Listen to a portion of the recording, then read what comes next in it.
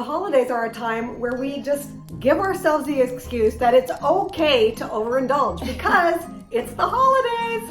Have you ever heard yourself like making excuses like, oh, well, you know, I only make this once a year, or oh, it's turkey dinner, so I have to have an extra 3 helpings, or, you know, whatever the reason is. I never get these cookies, so I'm gonna have a lot right now. Yeah. Or, oh, my favorite chocolate only comes out at this time of year, so I gotta indulge. Yeah, we come up with all these reasons, which are actually just excuses for why it's okay for us to overdo it and overindulge and to not use self-control at the holidays. And then what happens, it's actually the opposite of what we want. We gain weight, right? Exactly, and that's, like you said, it's the opposite of what we want, and then we're so disgusted with ourselves. Yeah. And then we feel bad, and we think that we're bad. We're no good. Yeah. Our identity is just all off. We just end up working against ourselves because we have these goals and these ideas and these dreams of losing weight, but then we sabotage our own efforts by, you know, doing all those things, right?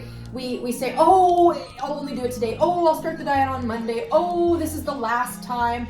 And, you know, it gets easier and easier and easier to keep going every day. And by the end of December, we're like, now I have to make a big resolution. Casey here has lost 75 pounds using the 10-10-10 plan. So can you do it?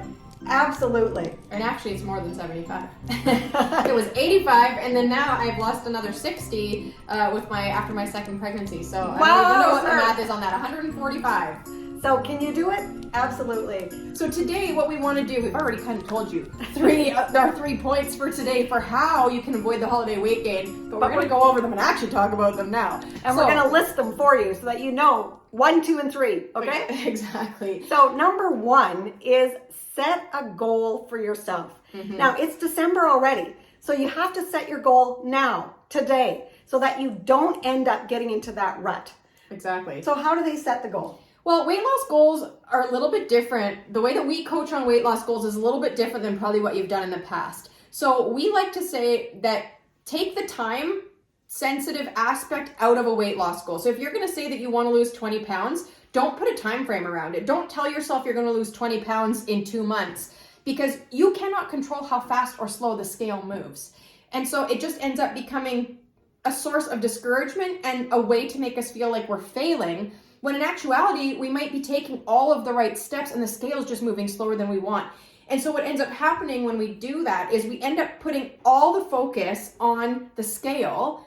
And like I already said, the scale, we cannot control how fast or slow it moves. What we need to do is focus on the actionable steps that we need to be doing each and every day that actually get us the results, and making those into new habits to create a healthy new lifestyle. So I like to think of it like this.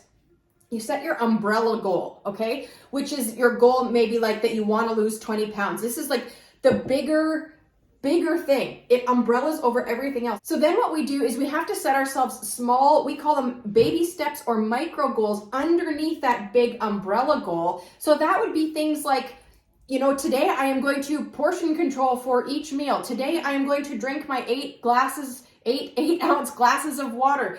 Today I am going to exercise for 30 minutes. You have to set yourself these small action items that you have full control over. You have full control over whether you drink the water or not, right? You don't have control over how fast the scale moves. That's right. So you have control over many aspects of your life and of this weight loss journey.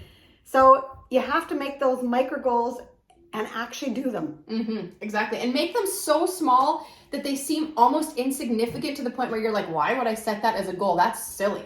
But here's the thing. At the end of the day, when you look at the list of what your micro goals actually are, here's another point. You need to write them down. Yeah. But then you can tick them off at the end of the day, and it does something to your mind. It does something to your brain.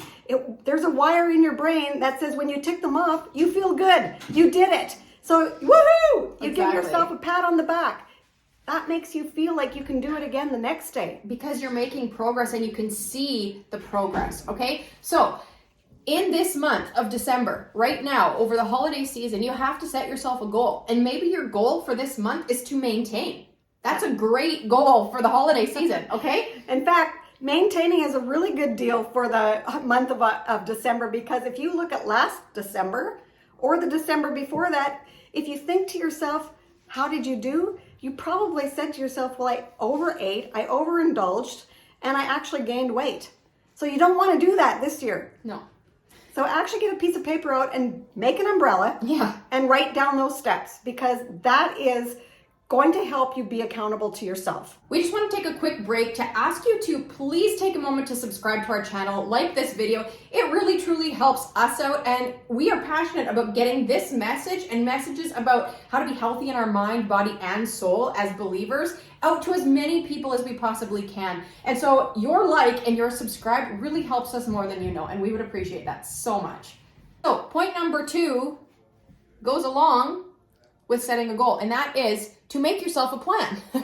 When you make yourself a plan, what you do is you actually think about what's going on. You become aware of the things that are, or experiences or events that you have going in the month of December, because we all have parties to go to. We all have people over at our house. We have church functions. We have Christmas Eve parties. Yeah, we have New Year's parties. There is a lot of things going on in December. Maybe your children have events that you're going to, and there's pizza parties, and there's bring sweets here and bring sweets there, and appies here and appies there. Wow. Yeah. So you have to make a plan before you go to an event. Mm-hmm. So you actually have to be aware of what's going to be there. Maybe you're going to decide to yourself, hey, I can bring a veggie platter to this event. So that way I'm not just focusing on the food. Exactly. That's another point. Exactly. Focusing on the food or not focusing on the food. Mm-hmm. Because when you focus only on the food, you're just obsessing about the food and what you're going to eat next and what you won't eat and who's watching what you're eating and all these crazy obsessive thoughts.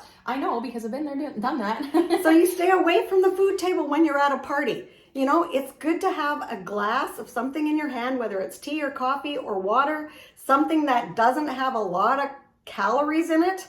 So if you're going to have a glass of wine, have one glass of wine and have a little bit, and then fill up your wine glass with water afterwards, or sparkling water, or something else that's special without all the calories. But make a plan ahead of time, right? The thing I think here is intentionality. That's right. Right?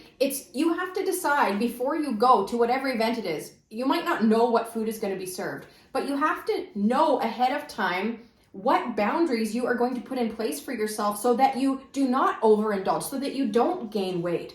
Because if you don't, then it all flies out the window, right? Then you end up standing by the dessert table and you eat 18 cookies. And that, my friend, is not helping you achieve your goal that you just set with the umbrella, right? In fact, so that is actually overindulgence, which is what the Bible calls us not to do. Yeah, the Bible talks about how we need to use self-control, which is our third point for today, right? Because we can do all the right things. We can make the goal, we can set the plan, we can do it all, but if we don't have self-control, then ultimately when that temptation is staring us in the face, we're going to cave. That's right, because willpower isn't going to get us to our goals.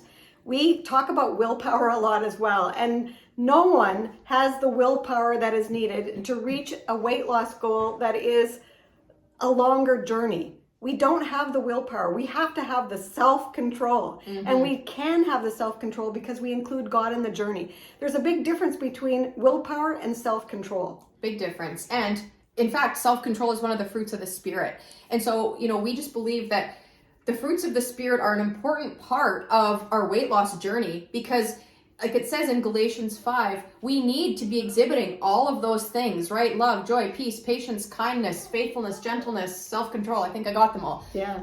Anyways, and so we need to be exhibiting those things. So I like to think about the fruits of the Spirit like this. And I know that the Bible doesn't list the fruits of the Spirit in order of importance, but I always think that self-control is one of the fruits of the Spirit. Like, if we have self-control, then we can do almost anything, right? If we have self-control, we can be kind in difficult situations. We can love other people even when it's hard. We can have patience even when we don't want to, right? Self-control is what allows us to live how, the Bible is our blueprint for best living. And I just think that self-control is one of those things that when we have that, wow, we are so much further ahead. Yeah, we can have it in all the aspects of our life. Like when we go shopping, we need to have self-control. When we go on a holiday, we need to have self-control. We need to have self-control in our houses. We need to have self-control with our own children, with our relationships with our spouse or friends. Self-control is included in every aspect of our life. And it is the last fruit of the Spirit that's mentioned in Galatians 5:22. So maybe it was meant to be the most important. Probably not. But anyways, I always laugh and chuckle about that because I just think self-control, especially when we talk about losing weight, is just vital. Like the Holy Spirit will help you with that, right? God will help you have self-control. You have to surrender the journey. That's right. And we have to ask Him into our journey. That's another whole aspect of this weight loss journey. But when we ask Him every day, He is going to give us the strength. He is going to give us the self-control. He is going to help us with moderation, because basically that's what it boils down to. The Bible speaks about moderation in all the aspects of our life, including food. So we have something very exciting coming up in January, the beginning of January, right after Christmas, and we are excited to tell you a little bit about it. We're going to have a 10-10-10 challenge, which is going to be all about challenging our mind, body, and soul. It's going to be about challenging our weight, about challenging different aspects of our life, like getting closer to God. But we are really excited to tell you that we want you to join us. So if you want to join us in this 10-10-10 challenge, then comment the word 10-10-10 below in the comments, and we're going to reach out to you and make sure that we have your information, that we invite you to our Facebook group so that you can take part in it. It's going to be a free challenge, and we're still working out all the details, so make sure that you're subscribed so that you can stay tuned for the rest of the details coming up before January. We just want you to know that it is absolutely possible for you to lose weight this holiday season or maintain your weight by using these 3 tips, by setting yourself an appropriate goal, making a plan, and using self-control. And we just always like to finish by saying that you are a beautiful woman chosen for greatness. And we believe in you.